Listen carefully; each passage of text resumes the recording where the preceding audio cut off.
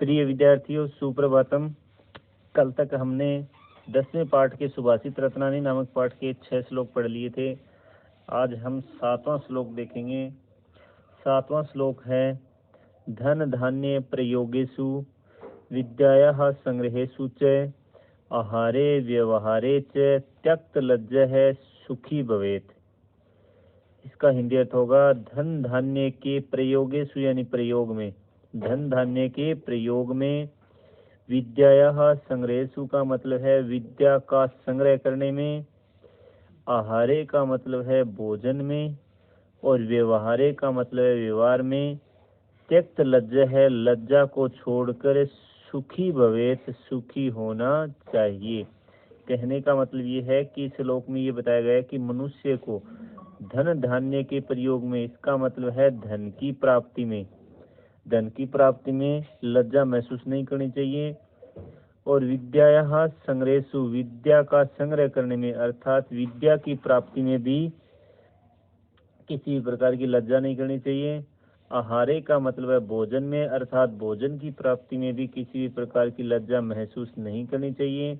व्यवहारे का मतलब व्यवहार में, कहने का मतलब ये है कि अच्छे व्यवहार में हमेशा कभी भी लज्जा महसूस नहीं करनी चाहिए। इन सब में लज्जा को छोड़कर मनुष्य को सुखी भवेत का मतलब है सुखी होना चाहिए। ठीक है, आगे है शब्दार्थ। धन धान्य का मतलब है धन धान्य के प्रयोगेषु प्रयोग में, विद्यायाः विद्या के, संग्रहेषु संग्रह में, आहारे आहार में, और व्यवहारे व्यवहार में, त्यक्त लज्जा है लज्जा को छोड़कर, सुखी का मतलब सुखी हो गया, भवेत का मतलब होना चाहिए। ठीक है, ये शब्दार्थ हो गए। इनका हिंदी अनुवाद हो जाएगा ऊपर से धन धान्य के प्रयोग में, विद्या के संग्रह में, आहार में और व्यवहार में लज्जा को छोड़कर मनुष्य को सुखी होना चाहिए। ठीक है, तो धन के प्रयोग में, विद्या की प्राप्ति में, भोजन करते समय और अच्छे व्यवहार में मनुष्य को लज्जा नहीं करनी चाहिए, लज्जा महसूस नहीं करनी चाहिए। इन सब को छोड़कर मनुष्य को हमेशा सुखी रहना चाहिए। ठीक है, तो ये थे इस श्लोक के शब्दार्थ। अब हम देखेंगे आगे प्रसंग। ठीक है, प्रसंग में हम देखेंगे प्रस्तुत श्लोक हमारी संस्कृत की पाठ्य पुस्तक, प्रस्तुत श्लोक हमारी संस्कृत की पाठ्य पुस्तक स्पंदना के सुभाषित रत्नानी नामक पाठ से लिया गया है। ये तो आ जाएगा सब में एक लाइन। इस श्लोक में धन धान्यादि के, धन धान्यादि के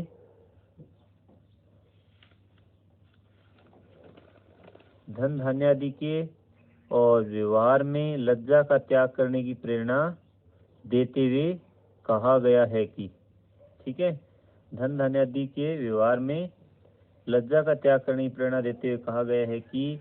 अब हम देखेंगे आगे हिंदी अनुवाद। ठीक है, हिंदी अनुवाद है धन धान्य के प्रयोग में, विद्या के संग्रह में, आहार में और व्यवहार में लज्जा को छोड़कर मनुष्य को सुखी होना चाहिए। अर्थात धन की प्राप्ति में, विद्या की प्राप्ति में, भोजन के समय और अच्छे व्यवहार में कभी भी शंका नहीं करनी चाहिए। ठीक है, ये हो गया इसका हिंदी अनुवाद। अब हम देखेंगे व्याकरणात्मक टिप्पणी इसमें।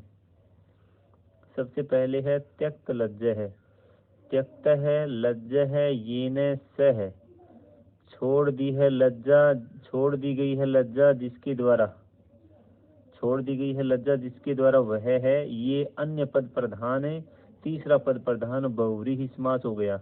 ठीक है, आगे है भवेत, भू धातु, विधिलिंग लकार, प्रथम पुरुष से एक वचन। हम किसी धातु का शब्द भी लिख सकते हैं, यहाँ किसी शब्द रूप भी लिख सकते हैं। धातु में पुरुष, वचन और लकार और मूल धातु ये बता सकते हैं, और शब्द रूप में हमें विभक्ति वचन बता सकते हैं। ठीक है, मूल शब्द, विभक्ति और वचन, तो 2 से ज्यादा भी मिलते हों तो 2 से ज्यादा भी हम लिख सकते हैं। आगे देखेंगे 8वां श्लोक है। आगे है 8वां श्लोक है, विद्या विवादाय धनम मदाय शक्ति परेशान परिपीडनाय खलस्य साधुर विपरीतम एतत्। विपरीतम एतत् ज्ञानाय दानाय च रक्षणाय। यहाँ इस श्लोक में दुर्जन और सज्जन की मित्रता के बारे में नहीं, दुर्जन और सज्जन की विद्या धन और शक्ति जो है उसका प्रयोग बताया गया है कि दुर्जन किस प्रकार से इसका प्रयोग करता है और सज्जन इसका प्रयोग किस प्रकार से करता है। तो यहाँ से देखेंगे, खलस्य, खल का मतलब होता है दुर्जन, खलस्य विद्या, दुर्जन की विद्या विवादाय का मतलब विवाद करने के लिए होती है, और दुर्जन का धन है वो मदाय यानी घमंड करने के लिए, गर्व करने के लिए, और शक्ति है वो परेशान परिपीड़ना, शक्ति है वो दूसरों को पीड़ित करने के लिए होती है। ठीक है। और साधु का मतलब है सज्जन, सज्जन व्यक्ति में यह सब कुछ विपरीतम एतत्, यह सब कुछ विपरीत होता है। सज्जन व्यक्ति में यह सब कुछ विपरीत होता है। सज्जन की विद्या ज्ञान के लिए, धन दान के लिए, और शक्ति दूसरों की रक्षा करने के लिए होती है। ठीक है। यहाँ बताया गया दुर्जन की विद्या विवाद के लिए, धन है वो घमंड करने के लिए, और शक्ति है वो दूसरों को पीड़ित करने के लिए होती है। लेकिन सज्जन में यह सब कुछ विपरीत होता है। सज्जन की विद्या ज्ञान के लिए, धन दान के लिए, और शक्ति दूसरों की रक्षा करने के लिए होती है। ठीक है। आगे शब्दार्थ देखो, खलस्य का मतलब है दुर्जन की, विद्या का मतलब विद्या विवादाय यानी विवाद के लिए, धनम धन, मदाय घमंड करने के लिए, और शक्ति परेशान दूसरों को परिपीड़नाय पीड़ा पहुंचाने के लिए होती है, और साधो सज्जन की विद्या ज्ञान के लिए, धन दान के लिए, और शक्ति दूसरों की रक्षा करने के लिए होती है। ठीक है। रक्षणाय का मतलब है रक्षा करने के लिए। ठीक है। हम इस प्रकार से भी एक शब्दार्थ और नहीं लिखा, सज्जन में यह सब कुछ विपरीत होता है। ठीक है। तो ऊपर से देखेंगे, दुर्जन की विद्या विवाद के लिए, धन घमंड करने के लिए, और शक्ति दूसरों को पीड़ा पहुंचाने के लिए होती है, और सज्जन की विद्या ज्ञान के लिए, धन है वो दान के लिए, और शक्ति दूसरों की रक्षा करने के लिए होती है।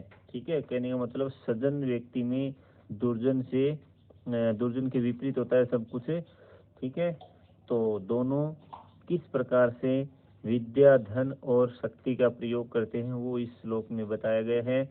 आगे हम देखेंगे इसका प्रसंग में है, प्रस्तुत श्लोक हमारी संस्कृत की पाठ्य पुस्तक स्पंदना की सुभाषित रत्नानी नामक पाठ से लिया गया है। इस श्लोक में विद्या धन और शक्ति का दुर्जन और सज्जनों द्वारा उपयोग किए जाने के अंतर को बतलाया गया है। ठीक है। दुर्जन किस प्रकार से उनका उपयोग करता है और सज्जन किस प्रकार से उनका प्रयोग करता है, उनमें कितना अंतर है वो यहाँ दर्शाया गया है। ठीक है। आगे हम देखेंगे हिंदी अनुवाद।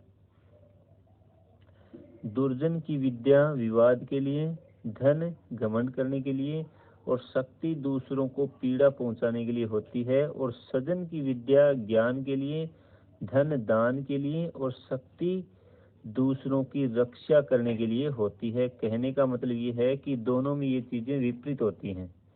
ठीक है। दोनों में इनका प्रयोग करने की क्रिया है वो विपरीत होती है। अब हम देखेंगे व्याकरणात्मक टिप्पणी। व्याकरणात्मक टिप्पणी है, साधुर विपरीतम, साधु है प्लस विपरीतम, यहाँ ओ के बाद विसर्ग आ गया, विसर्ग के बाद व आने से रुत्व विसर्ग संधि होगी, साधुर विपरीतम। ठीक है। फिर है खलस्य, ये धातु रूप भी हमें शब्द रूप भी दिखा सकते हैं। खल शब्द है, खल का मतलब होता है दुर्जन। खल शब्द षष्ठी विभक्ति एक वचन हो गया। ठीक है। तो यहाँ और भी एक्स्ट्रा 2-4 एग्जाम्पल हम लिख सकते हैं। ठीक है। अब हम देखेंगे आगे श्लोक है 9वां। आगे देखिए 9वां श्लोक है, खलः सरसप मात्राणि पर छिद्राणि पश्यति, आत्मनः बिलव मात्राणि पश्यन्नपि न पश्यति। खल का मतलब होता है दुर्जन, दुर्जन है वो पर का मतलब होता है दूसरों के, छिद्राणी यानी दोषों को। दुर्जन व्यक्ति है दूसरों के दोषों को। सरसप मात्राणी का मतलब होता है सरसों के समान, सरसों के दाने के समान। दुर्जन व्यक्ति सरसों के दाने के समान दूसरों के छोटे छोटे छिद्राणी यानी दोषों को पश्यति यानी देखता है, परंतु आत्मनः मानी अपने, बीलव मात्राणी का मतलब है बील के फल के समान बड़े बड़े दोषों को, पश्यन अपि का मतलब है देखता हुआ भी, न पश्यति का मतलब है नहीं देखता है।